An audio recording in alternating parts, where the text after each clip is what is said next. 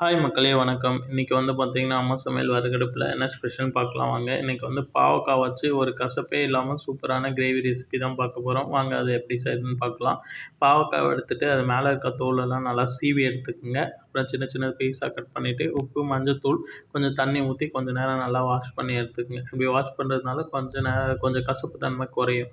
Next பார்த்திங்கன்னா, எண்ணெய் ஊற்றிட்டு நம்ம கட் பண்ணி வச்சுருக்க அந்த பாவக்காவை கொஞ்சம் நேரம் எண்ணெயிலேயே ஃப்ரை பண்ணி எடுத்துக்கோங்க. அதுக்கப்புறம் எண்ணெய், கடுகு, கருவேப்பிலை, வெங்காயம் போட்டு நல்லா கொஞ்சம் நேரம் ஃப்ரை பண்ணி எடுத்துக்கோங்க. இந்த வெங்காயம் நல்லா கோல்டன் ப்ரௌன் வந்ததுக்கப்புறம் தக்காளி சேர்த்து மிக்ஸ் பண்ணி விடுங்க. தக்காளி சேர்த்ததுக்கப்புறம் பாவக்காவை போட்டு பாவக்காவை கொஞ்சம் நேரம் வதக்குங்க மூடி வச்சு. அப்புறம் காரத்துக்கு ஏற்ற மாதிரி மிளகாத்தூள் போட்டு கொஞ்சம் நேரம் வதக்குங்க. நெக்ஸ்ட் பார்த்திங்கன்னா, கொஞ்சம் தண்ணி ஊற்றி கொஞ்சம் நேரம் கொதிக்க விடுங்க. கொதித்ததுக்கப்புறம் புளி தண்ணி கொஞ்சம் ஊற்றுங்க.